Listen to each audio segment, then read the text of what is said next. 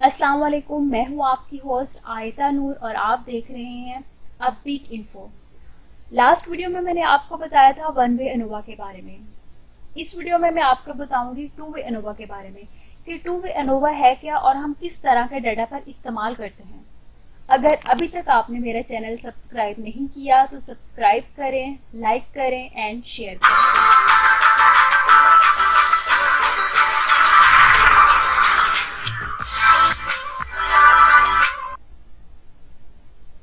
सबसे पहले introduction about two way ANOVA. ये टू वे अनोवा है क्या? टू वे अनोवा जो है वो टू इंडिपेंडेंट वेरिएबल्स हैं जिनको हम लोग फैक्टर्स कहते हैं। इसमें एक बहुत ही इंपॉर्टेंट बात कि इंटरेक्शंस, कि हमारे जो फैक्टर्स हैं उनमें कैसा इंटरेक्शन है और वो हमारे ट्रीटमेंट्स पे कैसा इफेक्ट देते हैं। ये इंडिपेंडेंट वेरिएबल्स हैं, यानी two independent variables on the dependent variables. और इसमें जो इम्पोर्टेंट बात है कि टू वे अनोवा के अंदर हम दो या दो से ज्यादा फैक्टर्स इन्वॉल्व करते हैं। लास्ट वीडियो में भी मैंने बताया था कि इसमें जो इम्पोर्टेंट डेफिनेशंस हम लोग लगाते हैं टू वे अनोवा के में भी वही यूज करते हैं हम लोग, जैसे कि dependent variables and independent variables. Dependent variables वो होते हैं जो चेंज हो सकते हैं और इंडिपेंडेंट वेरिएबल्स वो होते हैं जो कभी भी चेंज नहीं हो सकते, यानी वो हम खुद सेट करते हैं। फॉर एग्जांपल जैसे कि ट्रीटमेंट्स हम खुद से सेट करते हैं। हम ट्रीटमेंट्स 3 भी दे सकते हैं, 4 भी, 5 भी, वो अकॉर्डिंग टू हम अपने डाटा सेट कर लेते हैं। अगर इंडिपेंडेंट वेरिएबल्स चेंज होते हैं तो वो इफेक्ट करते हैं डिपेंडेंट वेरिएबल्स पे, यानी कि डिपेंडेंट वेरिएबल्स इंक्रीज भी कर सकते हैं और डिक्रीज भी कर सकते हैं। हम लोग अनोवा में एक और चीज देखते हैं कि सिग्निफिकेंट डाटा है, हाईली सिग्निफिकेंट डाटा है या नॉन सिग्निफिकेंट डाटा है। और एक और इम्पॉर्टेंट बात कि हम पी वैल्यू देखते हैं। पी वैल्यू जो सिग्निफिकेंट में है वो less than and equal to 0.05 अगर हो तो जो हमारे ट्रीटमेंट्स हैं उनमें मोर डिफरेंस होगा। और अगर हाईली सिग्निफिकेंट में P value less than and equal to 0.01 हो तो टू मच डिफरेंस, यानी हमारे ट्रीटमेंट्स में बहुत ज्यादा डिफरेंस होगा। नॉन सिग्निफिकेंट में पी वैल्यू ग्रेटर देन है 0.05 से, यानी नो डिफरेंस, हमारे ट्रीटमेंट्स में कोई भी डिफरेंस नहीं है। तो आपने अपना जो डाटा है वो एक्सेल शीट में कैसे प्रिपेयर करना है। जैसे कि आपने ट्रीटमेंट्स लेने हैं 3, आपने अकॉर्डिंग टू अपने डाटा लेने हैं। आपने 4 भी ले सकते हैं, 5 भी ले सकते हैं, जितने आपका जो डाटा है उसके अकॉर्डिंग आपने बना लेने। यहाँ पे आपने एक और बात नोट करनी है कि जितने आपने ट्रीटमेंट्स लेने हैं उतने ही आपने रेप्लिकेशंस उतनी ही लेनी है, ठीक है। और यहाँ पे स्टोरेज इंटरवल आपने कैसे देना है। स्टोरेज जो इंटरवल है कि आपने 4 इंटरवल बनाए हैं। आपने 1 मंथ की स्टोरेज की है, 15 डेज की स्टोरेज की है या जितने डेज की भी स्टोरेज की है, अकॉर्डिंग टू उसके आपने इंटरवल बनाने। आप 4 इंटरवल बना सकते हैं, 5 इंटरवल बना सकते हैं, अकॉर्डिंग टू अपने डाटा जितने आपने इंटरवल बनाने हैं वो आप बना सकते हैं। मैंने यहाँ पे 4 इंटरवल बनाए हैं। फर्स्ट इंटरवल जो है वो 0 डे पे है, सेकेंड इंटरवल 3 डेज के बाद है और जो थर्ड जो है वो 6 डेज के बाद है और फोर्थ जो है वो 9 डेज के बाद है, यानी मेरी जो स्टोरेज है वो 9 डेज की है। तो टोटल रोज आपके पास कितनी बनेगी? हमारे पास ट्रीटमेंट्स 3 थे, रेप्लिकेशंस भी 3 थी और जो स्टोरेज इंटरवल है वो हमारे पास कितने थे? 4।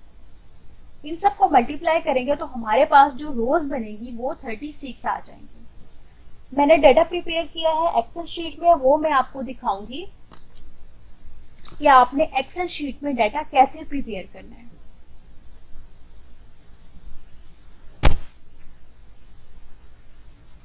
ये जो हम स्टैटिस्टिक्स सॉफ्टवेयर यूज करते हैं इसमें अगर हम ट्रीटमेंट 0 लेते हैं तो वो ऑटोमेटिकली ही कैंसिल हो जाता है। तो आपने ट्रीटमेंट 0 नहीं लेना, 0 से शुरू नहीं करना, ठीक है। आपने जो ट्रीटमेंट है वो 1 की वैल्यू से लेनी, यानी कि जैसे कि मेरे पास 3 ट्रीटमेंट हैं तो मैंने ये देखे 1, 2 और 3 ये वैल्यूज ली है, मैंने 0 वैल्यू नहीं ली क्योंकि ये जो सॉफ्टवेयर है ये ऑटोमेटिकली ही 0 वैल्यू को कैंसिल कर देता है और 1 से शुरू कर देता है। आपने जो 0 ट्रीटमेंट है उसको आपने 1 का नाम दे देना, ठीक है। ये देखे मैंने जो स्टोरेज थी मेरी 0 डे पे 111, उसको मैंने 1 का नाम दिया, और जो रेप्लीकेशंस है उसकी 1 2 3, ठीक है। 3 डेज के बाद जो मेरी स्टोरेज है उसको मैंने 2 2 2 का नाम दे दिया, और जो रेप्लीकेशंस हैं वो 1 2 एंड 3 हैं। नेक्स्ट जो 6 डेज, ठीक है, उनको 3 3 3 का एंड रेप्लीकेशंस 1 2 3, और 9th आफ्टर 9th डे उसको 4 4 4 एंड 1 2 3 रेप्लीकेशंस, और जो आपने उसमें वैल्यू फाइंड करनी है, आपने उसमें पेरोक्साइड वैल्यू फाइंड करनी है, आपने मॉइस्चर फाइंड करना है, पीएच फाइंड करनी है, एक्स्ट्रा आपने कुछ भी फाइंड करना है, उसकी आपने वैल्यू साथ लिख लेनी है, ठीक है। ये तो हमारे पास ट्रीटमेंट हो गया 0 यानी, और 0 डे पे जो स्टोरेज है ट्रीटमेंट के लिए वो। फिर आगे जो नेक्स्ट ट्रीटमेंट है हमारे पास, सेकेंड ट्रीटमेंट और थर्ड ट्रीटमेंट, ठीक है, उनकी वैल्यूज भी आपने ऐसे ही सेट कर लेनी है, स्टोरेज के लिए भी, और साथ उसकी रेप्लीकेशन भी ऐसे लिख लेनी है, और उसकी जो वैल्यूज हैं वो भी आपने ऐसे लिख लेनी है। फिर हमने क्या करना है,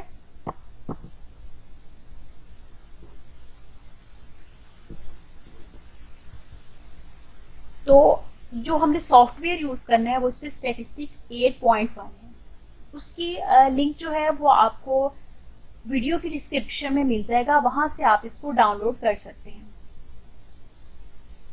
हमने क्या करना है कि जो हमने डाटा प्रिपेयर किया हुआ है वो यहां से कर लेना है कॉपी,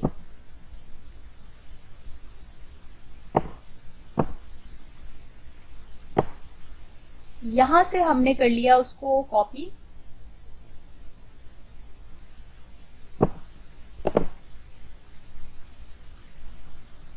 और हमने सॉफ्टवेयर में जाना है और यहाँ पे इसको कर देना है पेस्ट।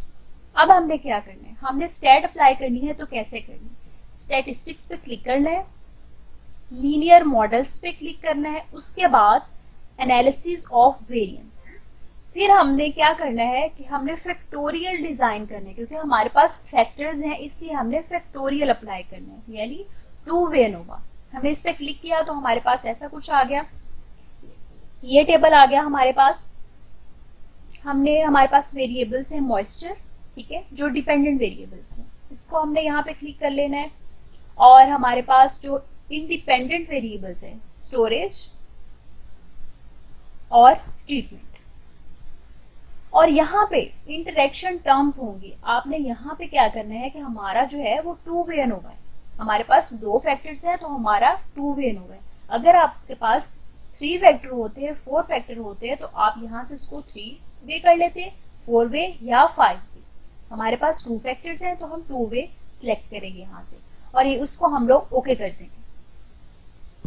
हमारे पास जो अनोवा टेबल है वो हमें टोटल वैल्यू दे देता है, मीन की टोटल वैल्यू दे देता है कि वो हमारे पास सिग्निफिकेंट है या नॉन सिग्निफिकेंट है। ये देखें, जैसे कि हमारे पास जो स्टोरेज है 0.0, पी की वैल्यू 0.0 है, यानी 0.05 से लेस देन।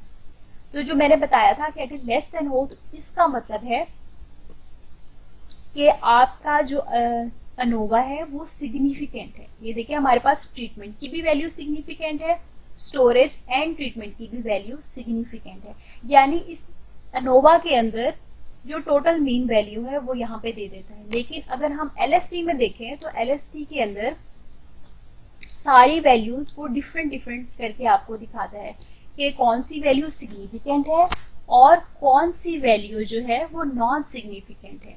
तो हम एलएसटी चेक करेंगे। एलएसटी के लिए हम लोग मल्टीपल कंपैरिजन के बाद ऑल पेयर वाइज कंपैरिजन, ठीक है। यहाँ पे आपने इन सारी वैल्यूज को सिलेक्ट कर लेना है।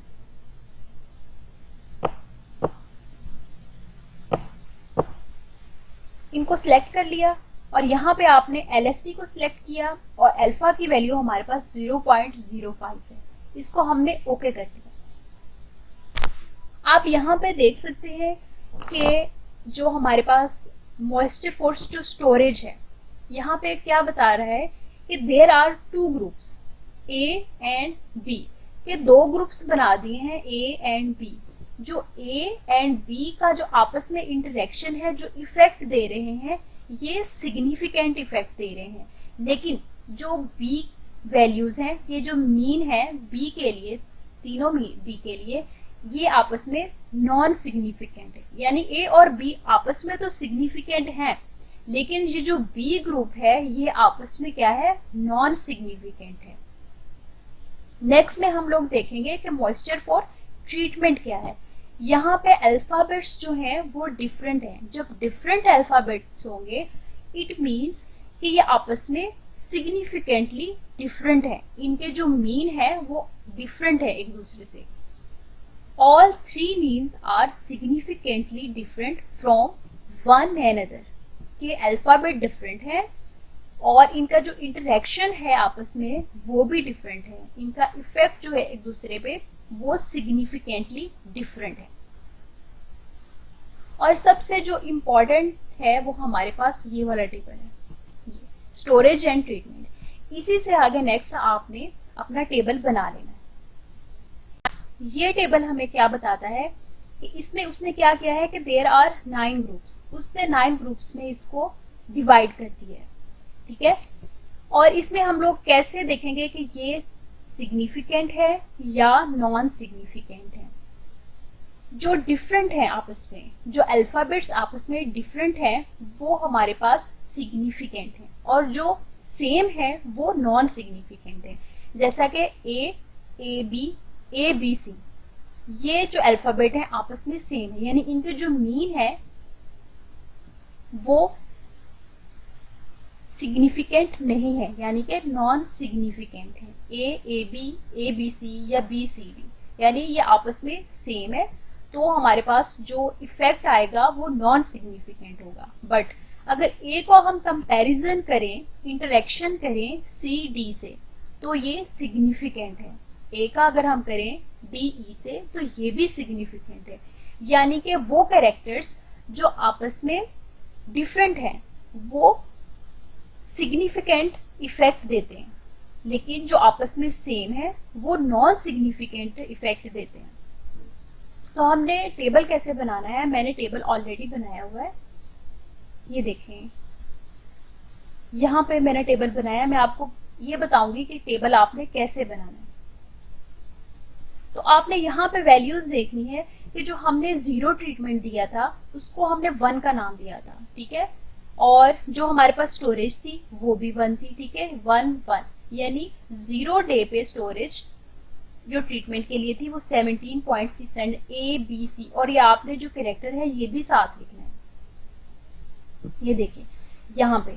और बाकी भी जो वैल्यूज हैं वो भी आपने इसी तरह देख लेनी है कि आपने टेबल कैसे बनाया था और उसके अकॉर्डिंग सारी वैल्यूज के 3 डे पे कौन सी थी, 6 पे भी कौन सी ट्रीटमेंट के साथ स्टोरेज थी, और 9 डे पे कौन सी ट्रीटमेंट के साथ स्टोरेज थी। ये एस डी वैल्यू है। एस डी वैल्यू आपने कैसे निकालनी है, ये मैंने ऑलरेडी टेबल बनाया हुआ है, ये मैं आपको बताती हूँ कि आपने एस डी वैल्यू कैसे निकालनी है हर एक के लिए।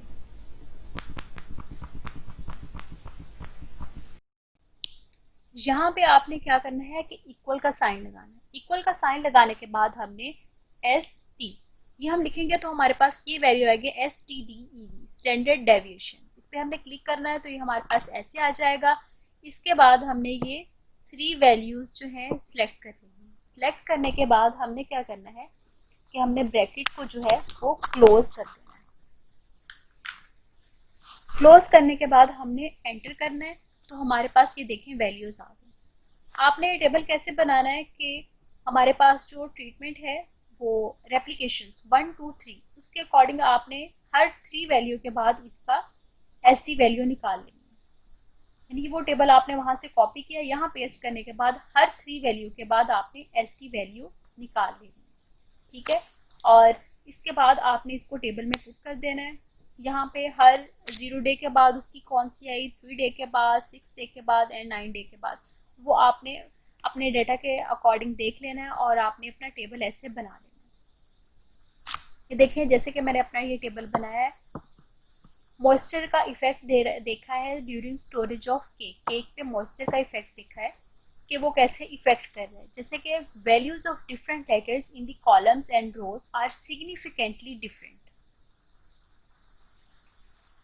और जो हमारे पास p वैल्यू हो वह ग्रेटर देन है 0.05 से फ्रॉम ईच अदर।